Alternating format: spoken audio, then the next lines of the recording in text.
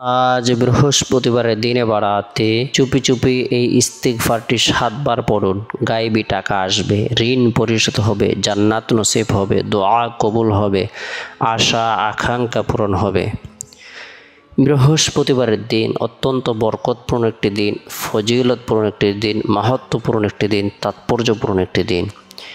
বিশেষ করে বৃহস্পতিবারের দিন শেষ হওয়ার পর যে রাত আসে, এই রাতটি হলো সাপ্তাহিক সকল রাত থেকে শ্রেষ্ঠ রাত। এই রাত হলো জুমার রাত। এই রাতে আল্লাহ তাআলা অসংখ্য অগণিত নারী পুরুষদেরকে ক্ষমা করে দেন, তাদের দোয়াকে কবুল করেন আল্লাহ তাআলা আশা আকাঙ্ক্ষাকে পূরণ করে দেন।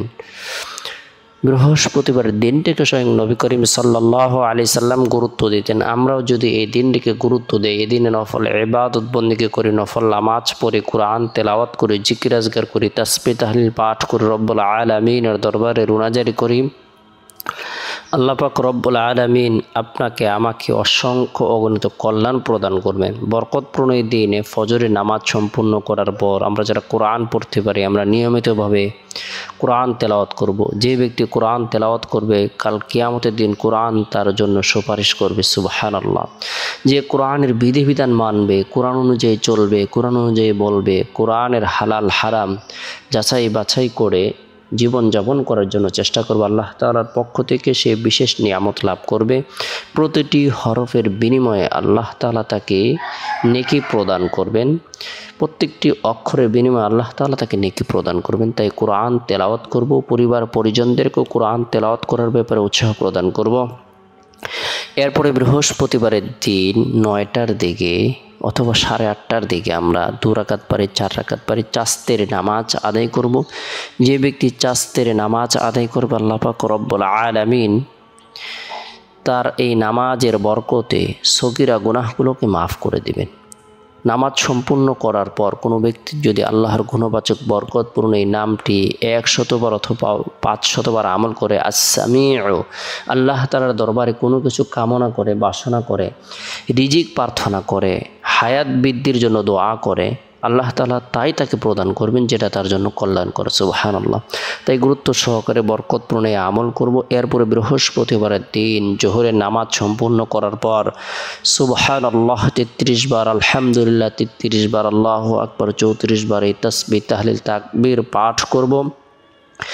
এরপরে বৃহস্পতিবারের দিন আসরের নামাজ সম্পূর্ণ করার পর নিরিবিলি এক পরিবেশের মধ্যে বসে জীবনের সকল ধরনের অন্যায় অপরাধের কথা স্মরণ করে, নাফরমানের কথা স্মরণ করে, গুনাহের কথা স্মরণ করে আল্লাহ তাআলার দরবারে সাহায্য লাভের উদ্দেশ্যে চুপি চুপি বরকতপূর্ণ এই ইস্তিগফারটি 7 বার পাঠ করব, আমল করব।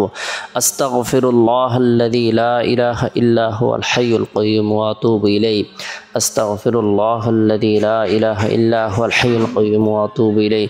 আল্লাহ পাক রব্বুল আলামিন এত বেশি খুশি হবেন বান্দা যখন ইস্তিগফারের আমল করে। আল্লাহ তাআলা তার জীবনের হাতের গোনা, পায়ের গোনা, চক্ষুর গোনা, সকল গুনাহগুলোকে আল্লাহ তাআলা ধুইয়ে মুছে নবজাত শিশুর ন্যায় নিষ্পাপ করে দেন, তার গুনাহকে মাফ করে দেন। তাই গুরুত্ব সহকারে ইস্তিগফারের আমল করার পরে হাত উত্তোলন করে রব্বুল আলামিনের দরবারে গায়বী রিজিক পাওয়ার উদ্দেশ্যে, গায়বী রিজিক পাওয়ার আশায় দোয়া করব, ঋণ পরিশোধের আশায় দোয়া করব।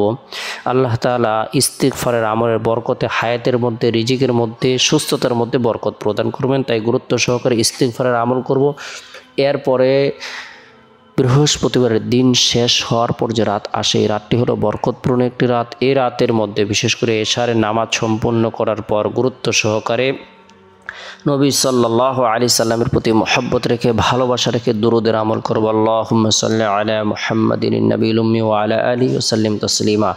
আল্লাহুম্মা সাল্লি আলা মুহাম্মাদিন নবিয়্যিল উম্মি ওয়া আলা আলিহি ওয়া সাল্লিম তাসলিমা। যে ব্যক্তি দুরূদের আমল করবে, আল্লাহ পাক রব্বুল আলামিন তাকে ধনী এবং সুখী বানিয়ে দিবেন, তার দোয়াকে কবুল করবেন। আল্লাহ তাআলা আমাদের সকলকে